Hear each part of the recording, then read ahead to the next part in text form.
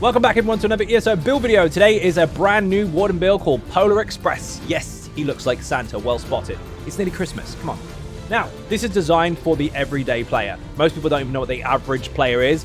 The average player doesn't even do the harder content or even the normal content, but this is designed for those people that struggle to have something very, very easy to apply.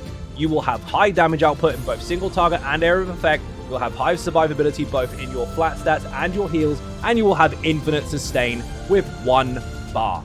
It's a very, very simple setup that is designed to make your DPS easy to apply so you've got more time to focus on mechanics. Anyone can use it, whether they're brand new or experienced. It's just, do you like 1 bar playstyles? Are they for you? If so, keep watching, it's all coming up.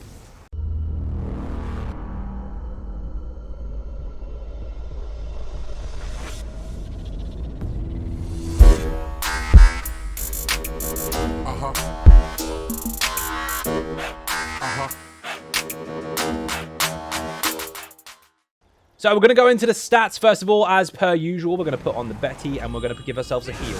Wrong button. There we go.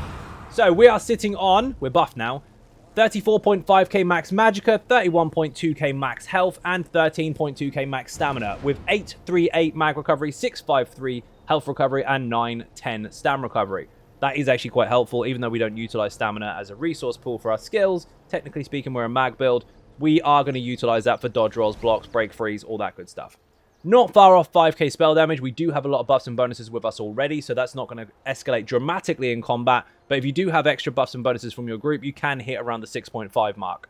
We are sitting on 48% crit, which is not quite 50, but it's acceptable. And at the same time, when you go into content, if you have a sorcerer in your group using dark magic abilities, you can actually go up to about 54-ish, which is really, really nice once you get there.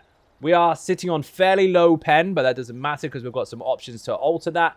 And of course, in content, depending on buffs and bonuses, you can actually cap out quite easily.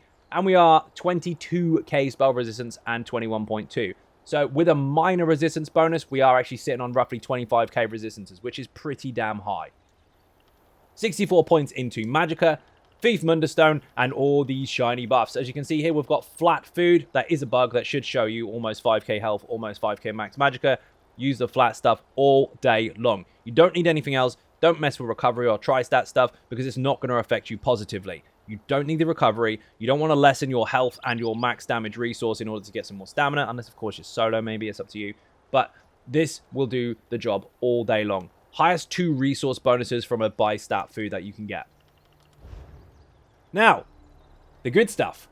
The skills, obviously, are trimmed down in this particular video because we only use 5. This is designed to be a, obviously, full Warden 1-bar build, but it has to take advantage of certain bonuses or skill sets in order to make it a viable option for actual content outside of the dummy. So what we've done is we've chosen specific weapon types, specific damage types, and we've also utilized the class abilities and passives at the same time. So we've got a good all-rounder for damage in both single target, area of effect, and survival, and heals. And I don't mean survival is heals. I mean as in our resistances are good, and we've got heals as well. We've got all the stuff we need with infinite sustain. So these have been chosen on purpose. If you want to change it, you're more than welcome to, but just bear in mind you will get very different results.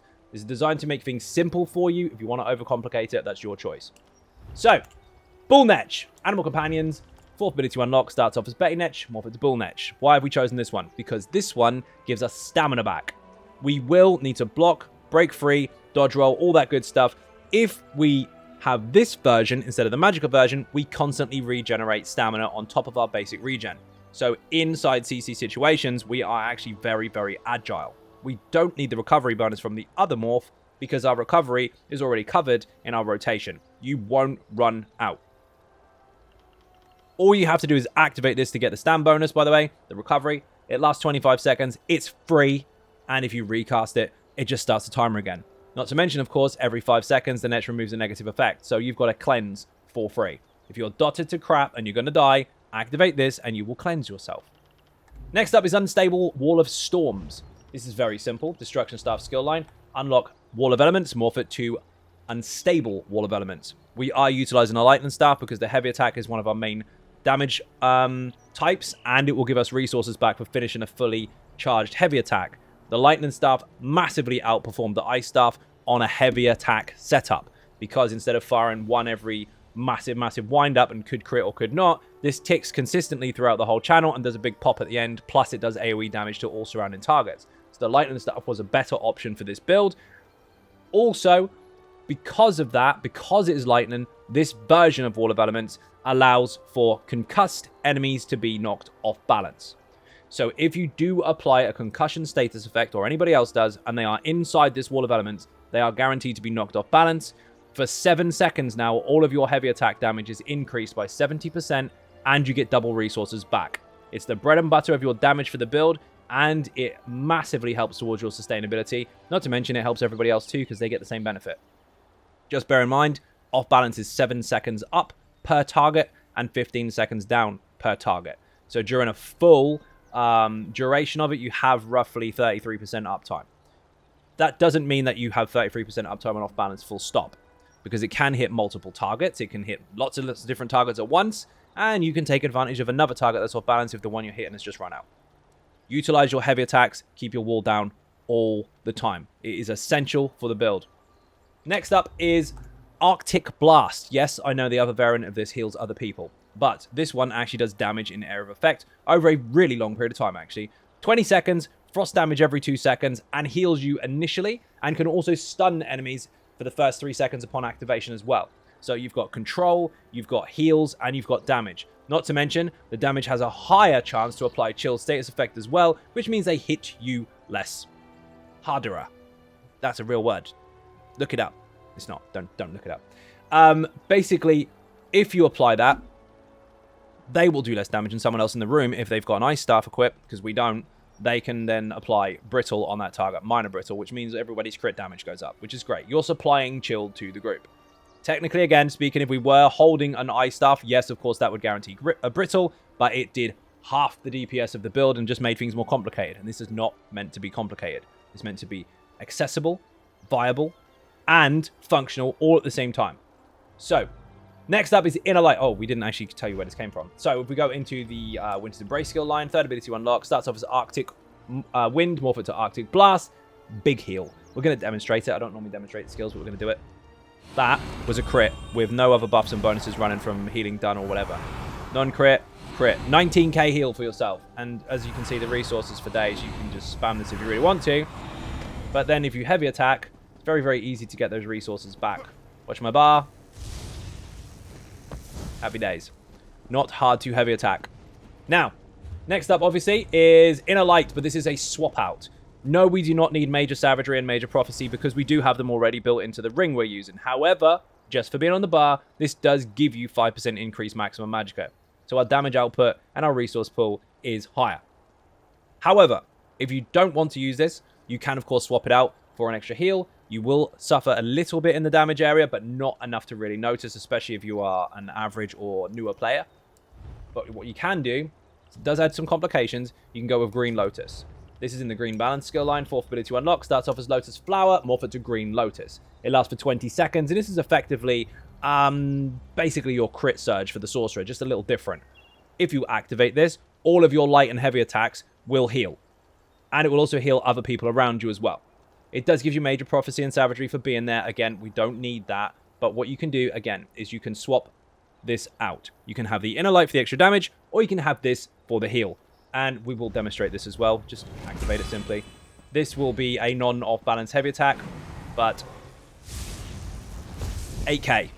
8k heal just for heavy attacking. That's bonkers. And that will need to be maintained if you choose to use it. Again, the choice is yours. So we've got effectively one skill that doesn't need to be used apart from having a stam regen or cleanse. So that's situational if you need it. One that has to stay on the ground all the time. One that stays with you all the time but has an initial heal. And one that's a swap out. You can have it as a constant heal from your damage, or you can have it as a passive that you never touch. And finally, we've got Winter's Revenge. More ground-based stuff to go alongside Wall of Elements. Basically, just keep these two up and keep this running. This is the second ability you unlock. Starts off as Impaling Shards, morph it to Winter's Revenge. Don't take the other morph. The other one plants on your feet and scales off of max health. This one is cast and is encouraged damage-wise by your highest offensive stat. Now, this can cause a higher chance to get chilled. So just like as you can see here, this has a higher chance to get chilled. So does this.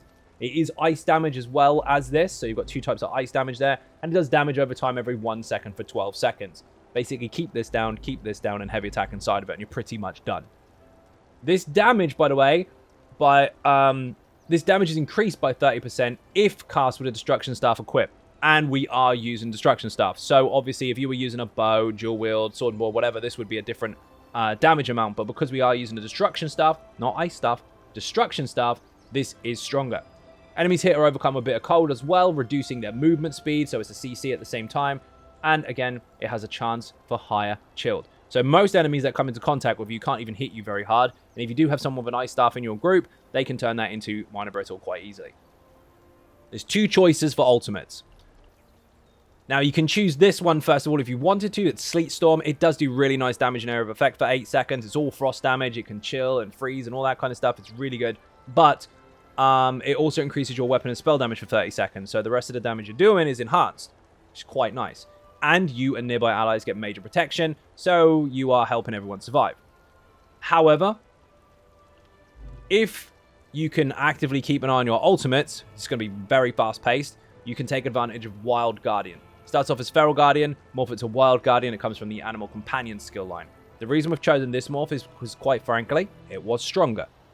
If you have a build that utilizes bleed damage, you're basically applying a physical damage effect that has a chance to have a status effect. Bleed is physical damage, but it can apply hemorrhage, which is damage over time and can lessen their health bar by 10%. We don't have any bleeds on our build at all. So this version of the bear has a bleed attached to it with heightened hemorrhage status chance and does more damage at low health. The other version doesn't have the bleed and does more damage at low health. Testing them side by side on this build, because we don't have a contributing bleed skill, this one did more because it added that damage that we were missing. If you have a build that does have bleed, the other one will be stronger. This was stronger for us.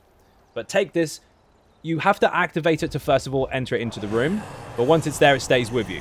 Technically you have to double bar this, but we have 1 bar so that can't happen. So we will never lose this pet. Now, what you have to do is you have to rack up 75 ultimate, just 75, then activate it. He'll lean back on his back legs and do a massive, massive swipe. That can hit in excess of 150, 200k, depending on your buffs and bonuses at low health. It's very, very powerful. So basically, he does his work while you're doing yours. Wall down, this down, heavy attack, and every time he's ready, activate him. It will be fast-paced, it will hit hard, you won't regret it. Very, very powerful indeed. But again, if you don't want to micromanage a pet, then of course Northern Storm is fine, you'll just get less DPS. Higher survival though. And that's it. That's it for skills. We're done. We've got Betty, we've got Wall, Polar Wind, or Polar Arctic Blast even.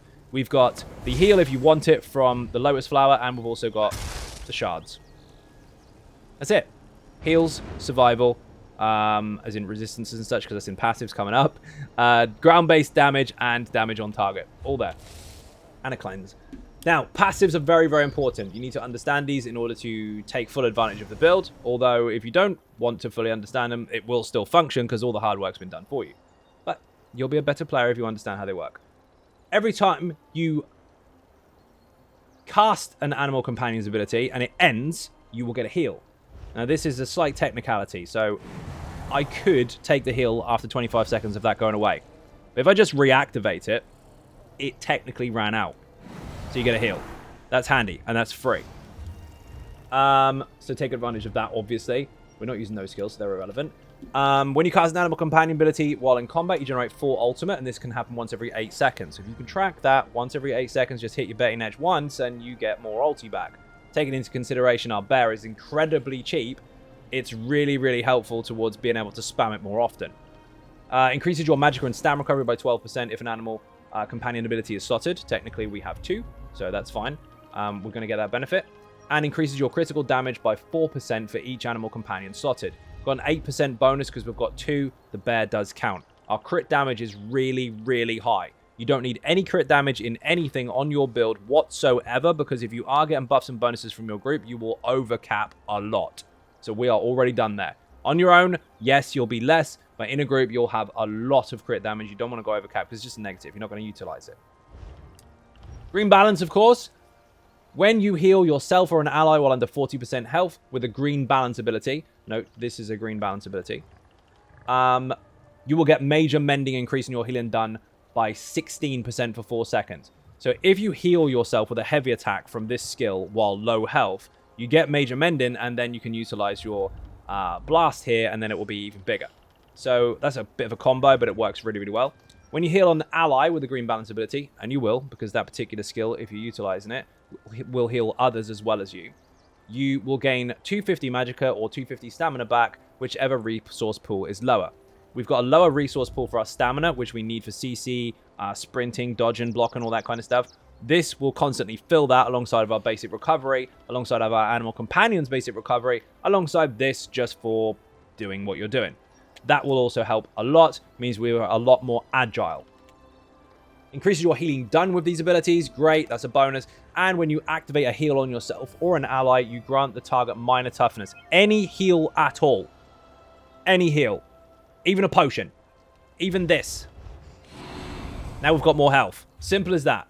All you need to do is do a heal for you. Even sets that heal count towards this. So if you are heavy attacking and you are utilizing the Green Lotus, then of course other people around you will get minor toughness as well. If not, if you're just healing yourself, using the Betty Netch occasionally and just over spamming it, or you're using the Arctic Blast, you will always have that bonus. Minor toughness is a health bonus or minor bonus that comes from the Warden specifically. There's only one more place in the game you can get that from, and even that is a personal set. It doesn't affect others. Winter's Embrace is very important, of course. We are using 1 bar, so we get these passives all the time. Increases your chance of applying chilled to enemies with Winter's Embrace abilities by 200%. This is a Winter's Embrace ability, as is this.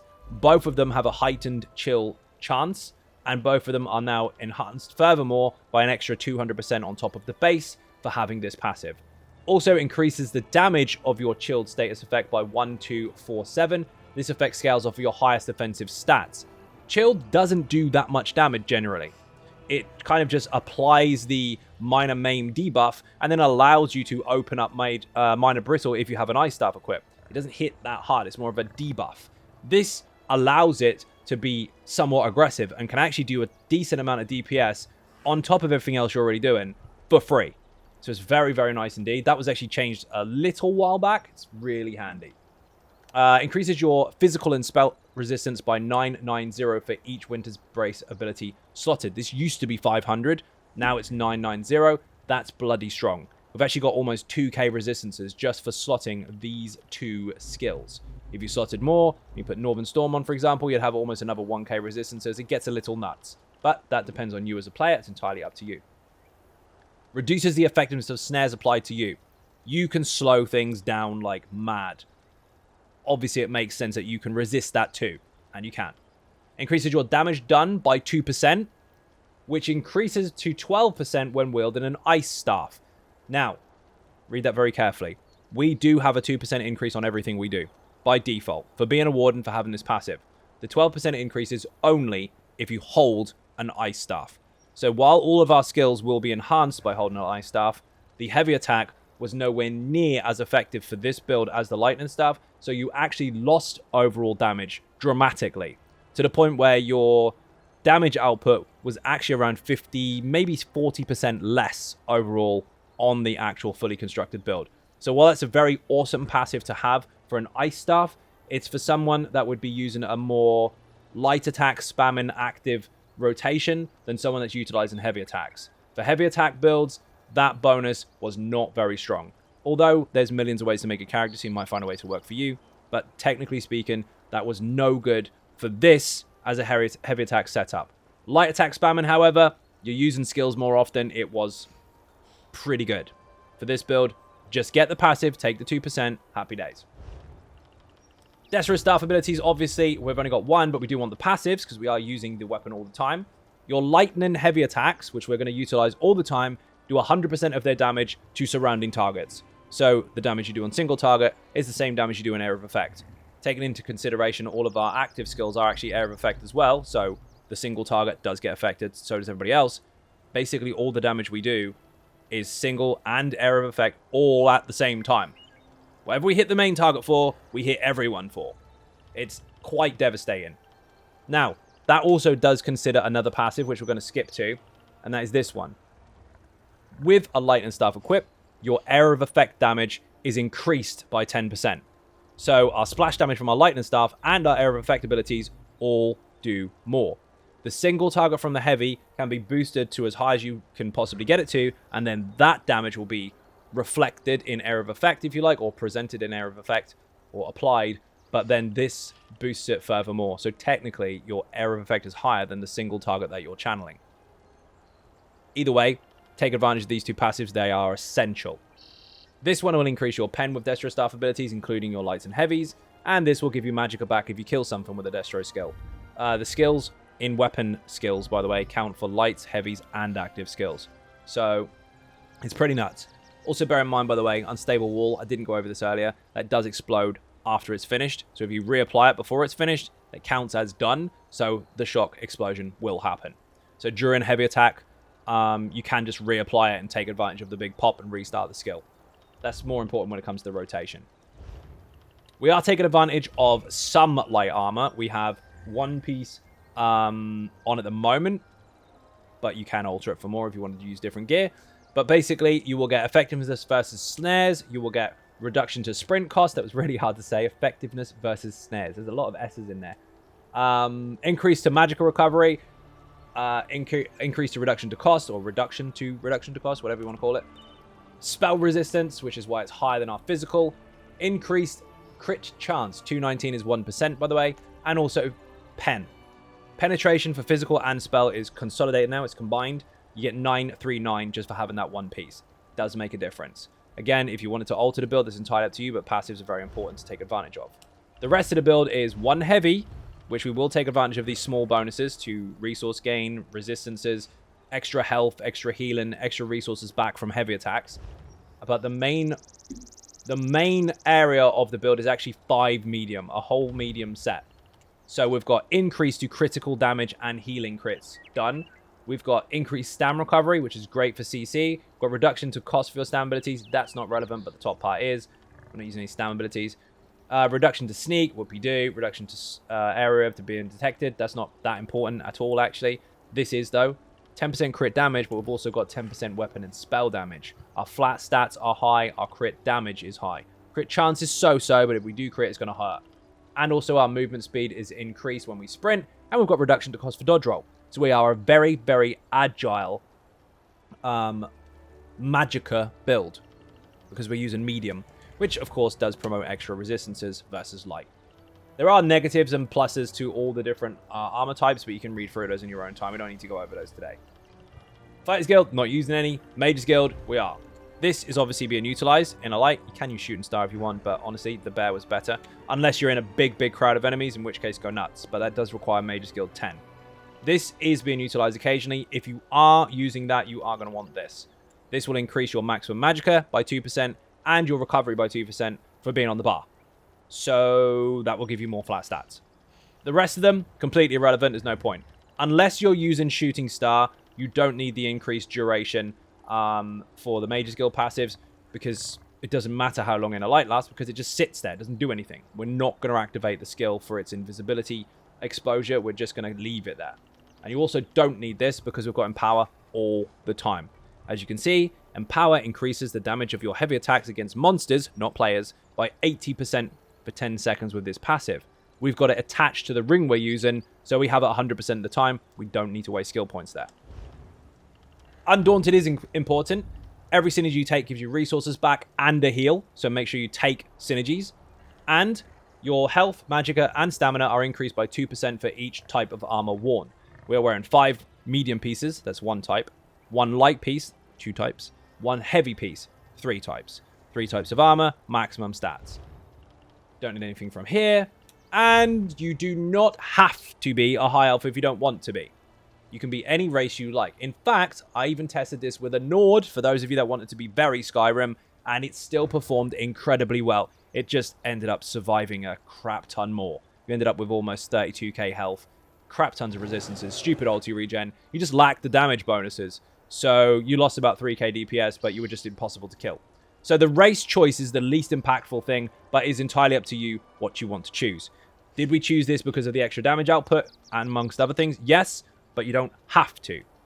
This will give you your lowest resource back when you use a skill of the opposite resource once every 6 seconds, which is really handy, again, for our survivability because our stand bar is really well controlled.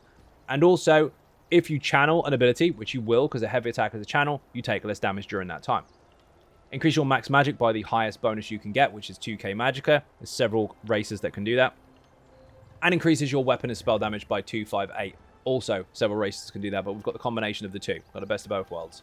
Again, if you want to pick another race, you can.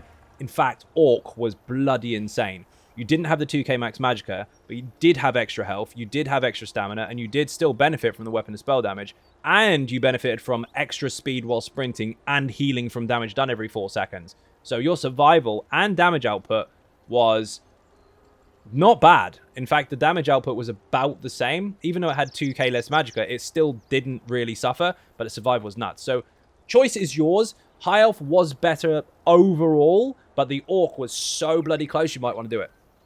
Alchemy, medicinal use. Really simple. Your potions last longer. We're using tripots, or you can use trash pots. It's up to you.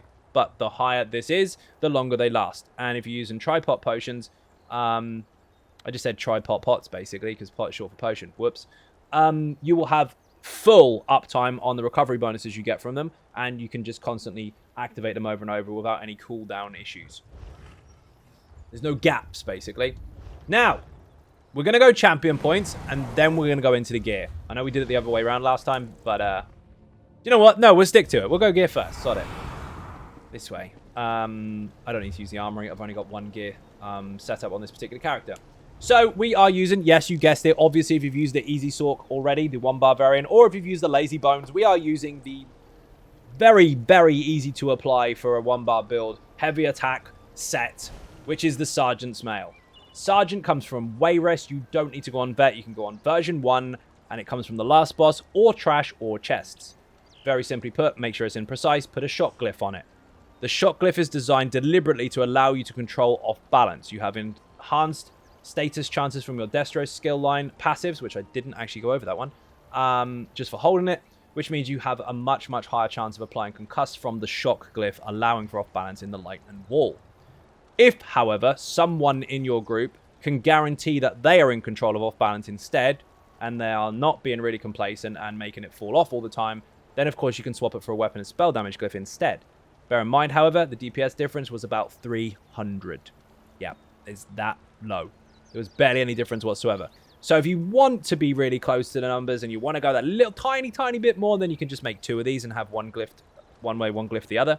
But strictly speaking, just put a shot glyph on. You're done. It's fine. All day long.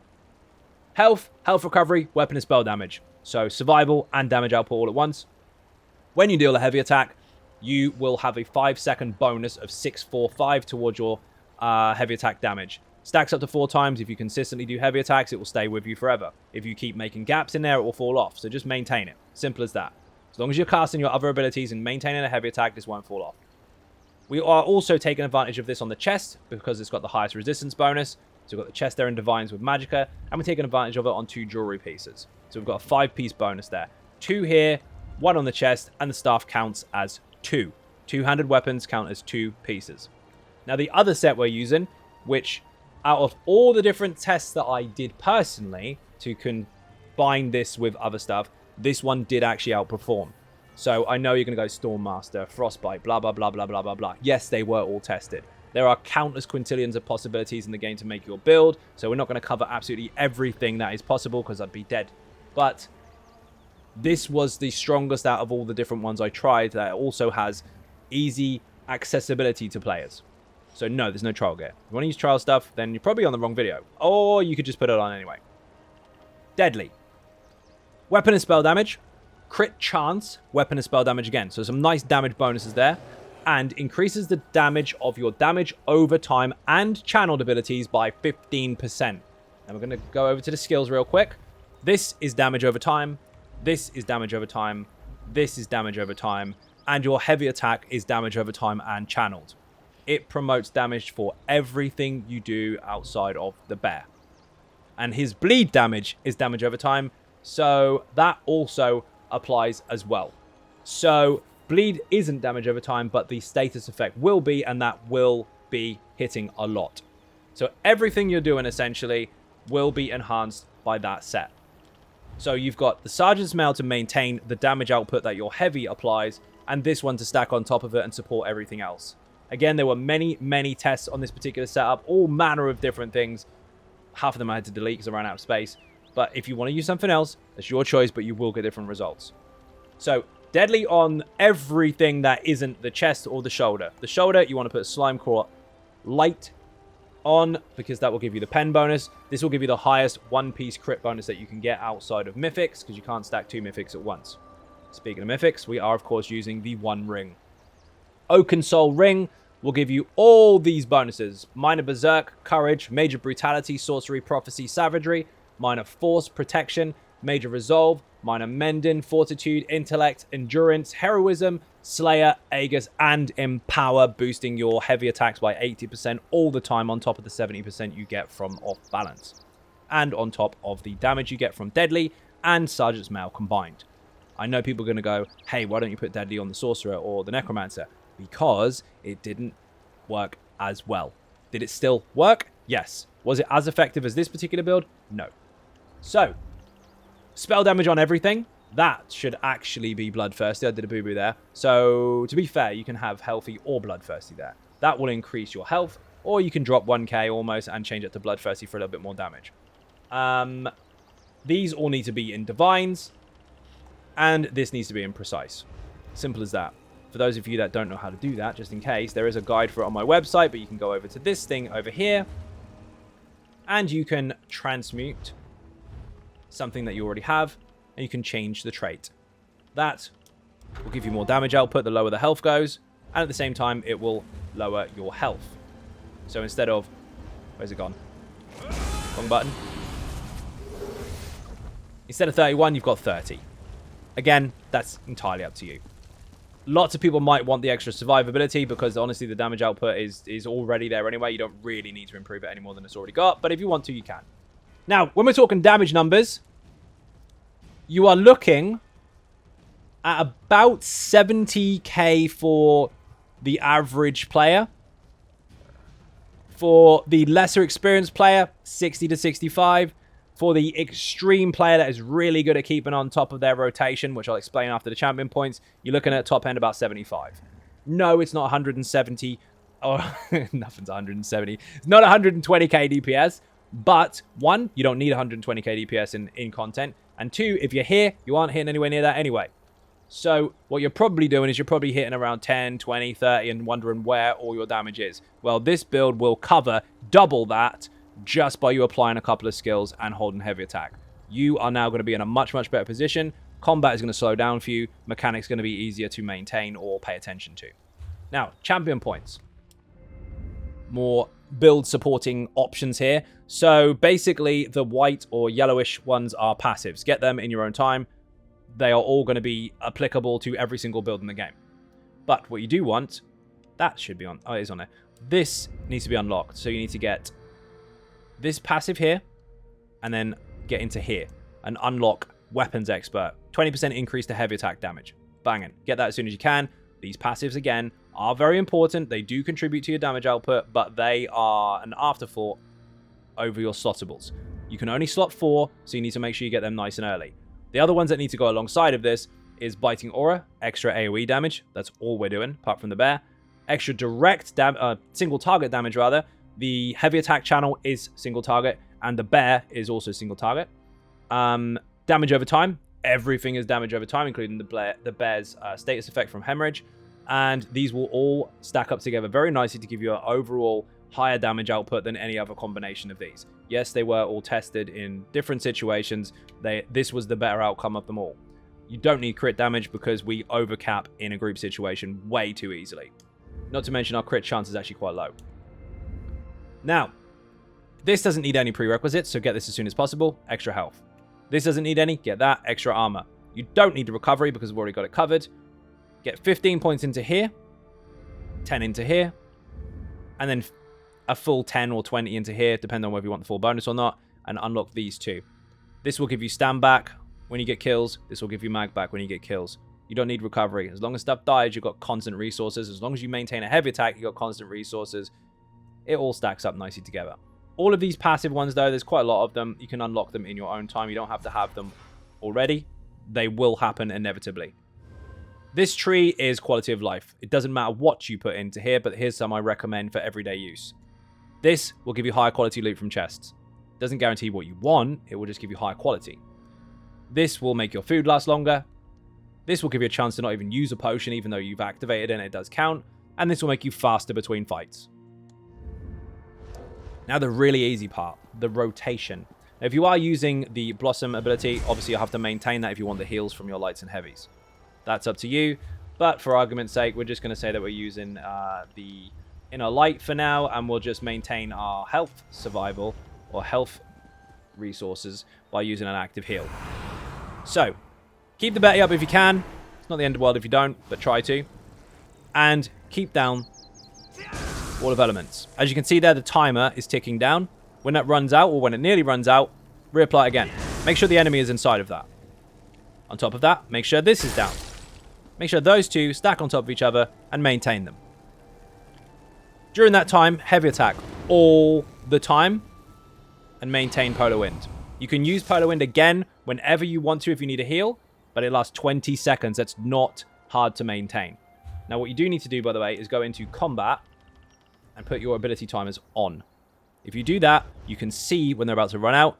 As you can see, the wind is going to run out in 2, 1. Just reactivate it. Another 20 seconds of ease. Now, actual order of rotation. Activate Polar Wind before the fight. Drop your shards on the ground. Wall of Elements. Hold heavy attack. Watch your timers while holding on to heavy attack and never letting go. That's about to run out. That's about to run out. That's about to run out. And hold heavy attack again. When any skills are about to drop off, heavy attack, maintain heavy attacks, and reapply them. That's it. Look how much time I've got to think about mechanics. Oh no, they're going to run out. Activate you. Do a heavy. Activate you. Do another heavy if you fancy it. Activate you. Continue heavy attacking. That's your rotation. It's as simple as that. Obviously, your mileage may vary. Some people will get different damage output to others. But if you just maintain that wall and that heavy attack while your bear is slapping stuff, you're getting 60k DPS on that rigged target dummy over there all day long with so much less effort than any other setup that you'd probably use if it had 2 bars. So now, if you were struggling with DPS in the past, you will have damage output and it will give you that time to understand and see what is going on in the fight, and it will make you a better player. Does it mean you have to change to a 2-bar build afterwards when you get good? No, not by any means at all. You can still use it. And again, this is designed for all content. There's nothing in the game it can't do. Now it's time for fashion, obviously, because Santa. Wrong way. This way. Nearly Christmas, people. Be excited. So, we are using Frostcaster hat, which is light. The Frostcaster robe, which is also... I think that's medium, actually. No, that's light too. Frostcaster heavy shoulders. Frostcaster gloves, which is light. Night hollow sash. Looks kind of cool. Don't know why I chose that one. It does look cool, though. Frostcaster breeches. Again, that's light. And Frostcaster heavy feet. So we've got a couple of heavy in there, but most of them are light. And, of course, we're using Frostcaster staff. So we're utilizing a Christmas motif. The colors we are utilizing are, of course, Juliana's white, which we have on the staff, and, of course, a bit on the chest as well. But the rest of it is just this red up here, which is the Card Sharp Crimson from doing achievements in Tales of Tribute. So hopefully that helped. Hopefully that wasn't too boring. Hopefully you now have a better understanding of how to approach this particular build. Remember, it's designed for all content, for all players. If you want a 1-bar style, or you just preference playing with 1-bar styles because of choice or because of physical disabilities, because you may have issues with your hands, then this is going to help you a lot in comparison to any of the 2-bar builds I have on my channel. There's nothing wrong with those builds, but if you can't utilize them, you want to get the deeps, but you're just struggling, and you want to make things simple, this will give you more damage than you ever had before, and it's a lot easier to apply. So, thank you very much for watching. I hugely appreciate the support. If you are not subscribing already, obviously hit that button. It is free. Furthermore, if you want to help support outside the channel, there are some links in the info section for Patreon, Twitter, Facebook, the website xynodegaming.com, Twitch. I live stream every single night except for Wednesday from 10 PM UK time. And I will see you in the next video. Thank you very much for watching. Bye-bye.